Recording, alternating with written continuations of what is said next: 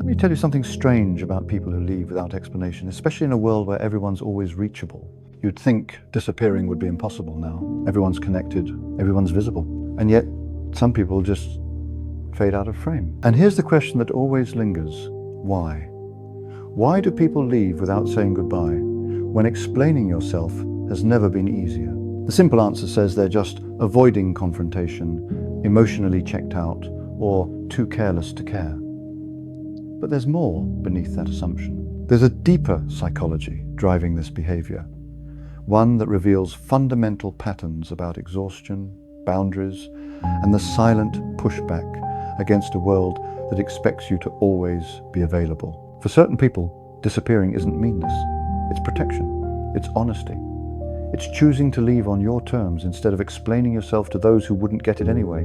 Because, whether we admit it or not, modern culture has created an unspoken rule. You owe people responsiveness. You owe availability. You owe presence. We live inside an endless expectation of connection. Messages never stop arriving. Alerts never stop pulsing. Friends expect you at gatherings. Family expects updates. Colleagues expect constant accessibility.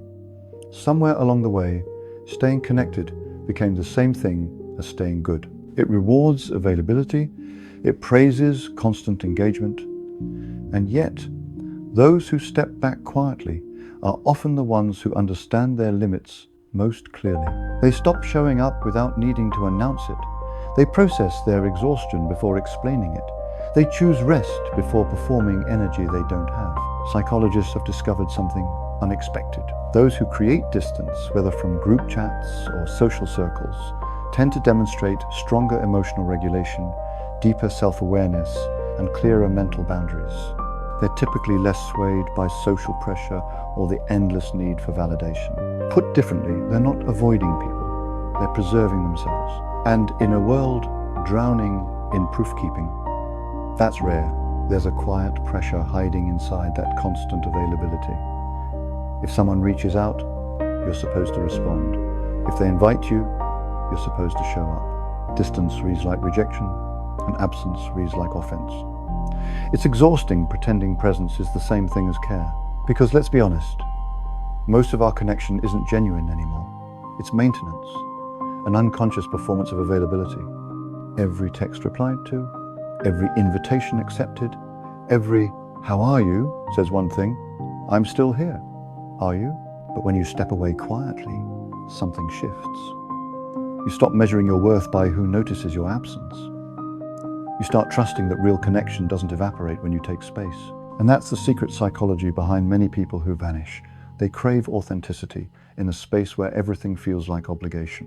They don't hate people. They just can't find themselves in performed presence anymore. Most of us don't notice when the fatigue begins.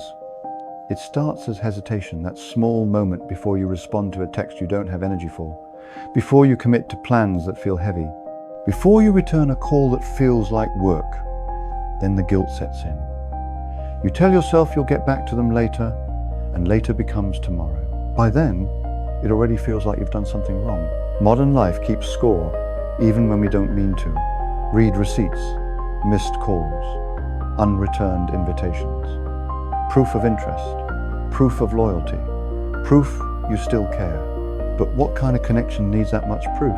We used to connect to share something, now we connect to confirm we still exist in each other's lives. The result is a strange tension. We crave closeness, but the maintenance of it keeps pulling us apart. It's like trying to rest with a light that never turns off. Every interaction begins to sound the same. How are you? Busy. You? Same. We say it out of habit, not meaning the words land, but nothing moves.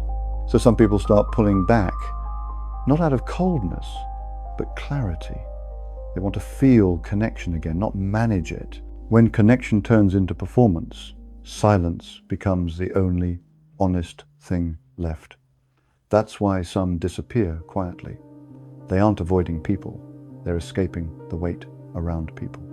The constant expectation that makes presence feel like pressure, and maybe that's what our culture keeps missing. The opposite of connection isn't absence, it's exhaustion. You can't stay available forever without somewhere to breathe. When someone pulls away, our first instinct is to fill the gap with story. We assume anger, boredom, betrayal. But most of the time, the truth is quieter than that. People rarely leave because they've stopped caring. They leave because constant connection stops feeling real. Every relationship lives on a hidden scale. On one side sits effort, on the other sits energy. When the weight tips too far, silence becomes balance. It's not punishment, it's recovery. Think about it. How often do we engage just to stay relevant? How often do we show up because absence feels suspicious? Most disappearances aren't rejection, they're release. Think of how often we interact on autopilot, responding just to keep momentum alive, smiling through conversations we've already outgrown. After a while, words lose their pulse. That's when people go quiet, not to disappear, but to reset meaning. We forget that listening and absence share the same shape. Sometimes the only way to hear yourself again is to stop speaking. But silence unsettles people. It feels like judgment. So instead of respecting distance, we chase it, we press harder, reach out faster, demand clarity, and push the person even further away. Psychologists studying relationship patterns have identified what they call closure avoidance.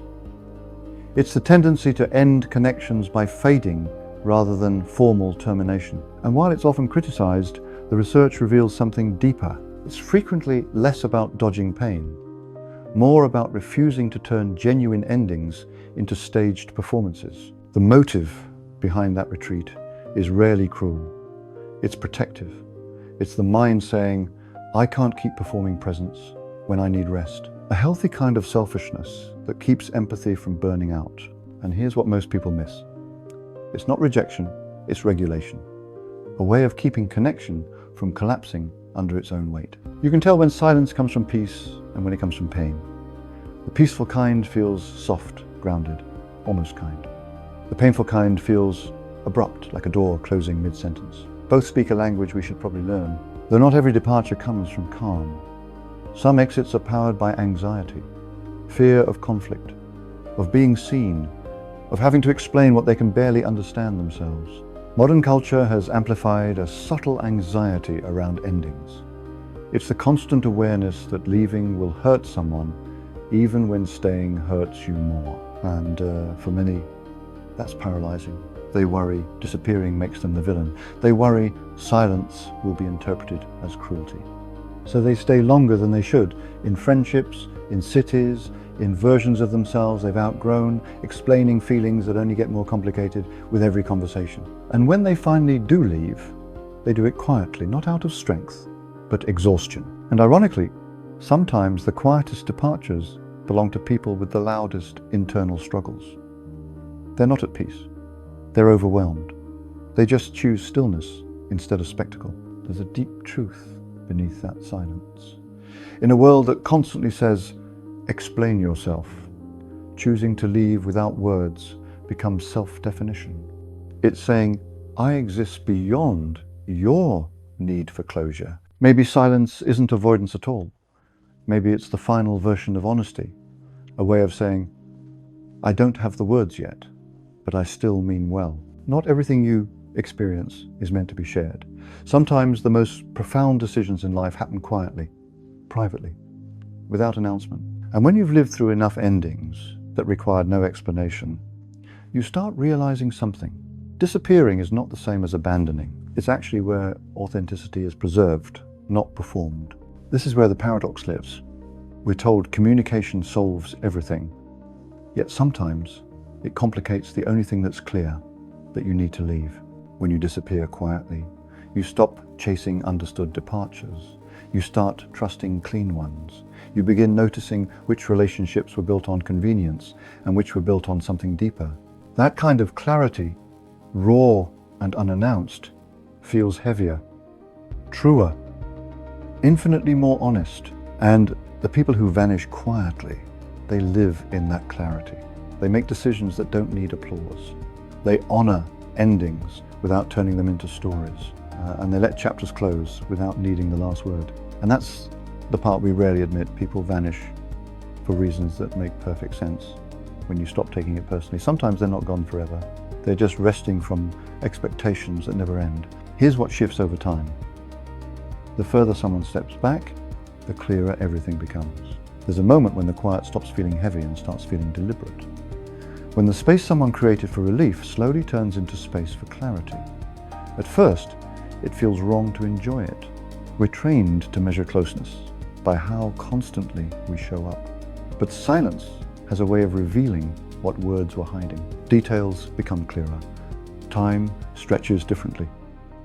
Silence stops feeling empty. It's as if distance creates clarity that proximity never could. The noise quiets, the obligations fade, and what's left is just you, unfiltered by anyone else's expectations. After a while, the guilt fades. You stop checking if anyone noticed your absence.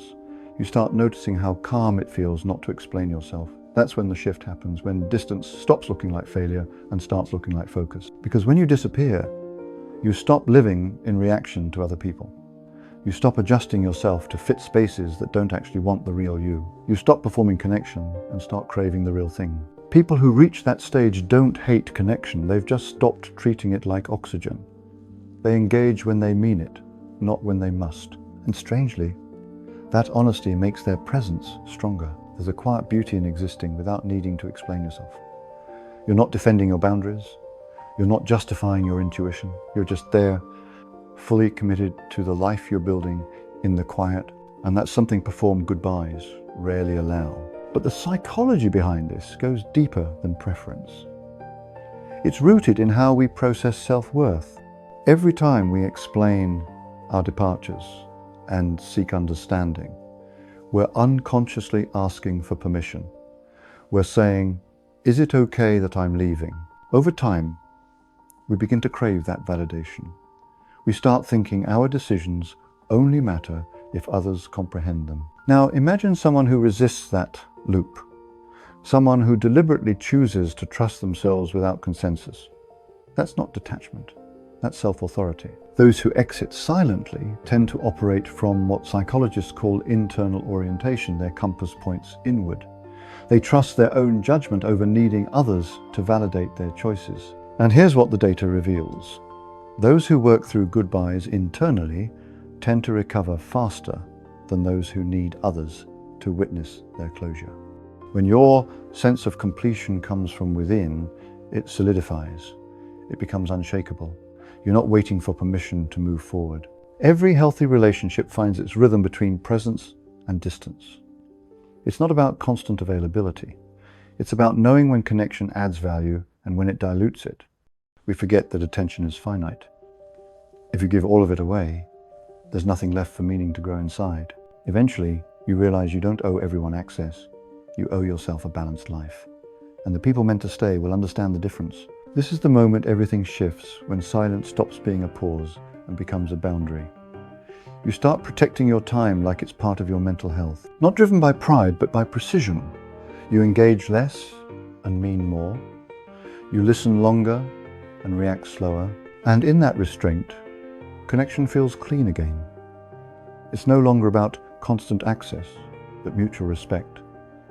Availability turns from obligation into choice.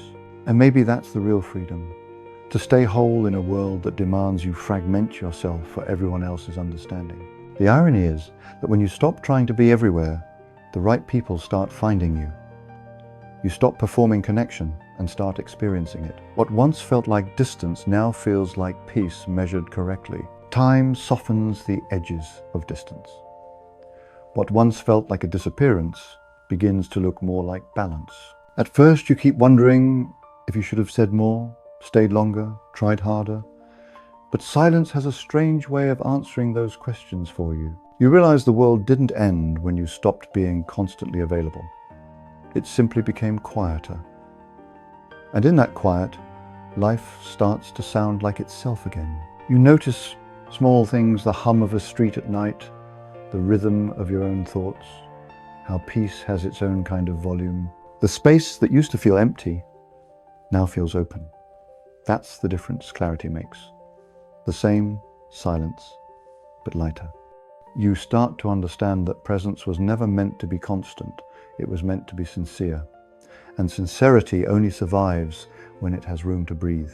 Psychologists studying genuine behavior point to something called congruence, the match between your inner truth and your outer actions. But in the age of over-explanation, that alignment constantly distorts. You begin to live as a version of yourself that's always defending, always justifying, always performing your right to exist as you are. So when someone chooses to disappear, it might be their way of staying aligned, of preserving that fragile integrity between their inner knowing and their outer choices. They don't need everyone to witness their reasons to trust they're real. They don't need to announce every boundary to honor it. They live their truth fully, quietly. People who leave without explanation aren't always closing doors. Sometimes they're just choosing better rooms, spaces that fit their pace, where connection doesn't cost peace. And here's the paradox. Those who leave the quietest often feel their decisions most intensely. They're not detached from the weight of departure. They absorb it completely, process it privately, carry it with grace. The way intuition speaks before words can explain it. The way knowing settles in your body before your mind catches up. The way silence holds more truth than any explanation could contain. They are present with their choices. And presence is the rarest form of integrity in a world built on performance. But sometimes that very integrity makes them misunderstood. People might label them cold, avoidant, even cruel. Yet, if you look closer, their silence isn't emptiness, it's depth. It's the calm that comes from no longer needing to defend your truth, to feel certain of it. There's a quiet confidence that comes from not needing everyone to understand your choices, just honoring them yourself. If you've ever been the one left behind, this might help you see it differently. The silence you felt wasn't rejection, it was redirection. A reminder that everyone deserves the right to disappear for a while and come back whole. And if you've ever been the one who left, you already know. You weren't escaping anyone. You were reclaiming yourself. That's what all the noise had hidden all along. So the next time someone disappears from your life without explanation, don't assume they're running from you. Maybe they're walking toward themselves, finding what they lost in the noise. Maybe they're not hiding, they're healing in the only way that feels true. And their silence isn't rejection, it's reverence. The quiet, unhurried act of choosing themselves without needing your approval to do so. Because in the end, leaving without explanation isn't always running away. Sometimes it's coming home. And the people who leave quietly, they remind us of that. Every silent exit, every unanswered question, every beautiful, invisible choice.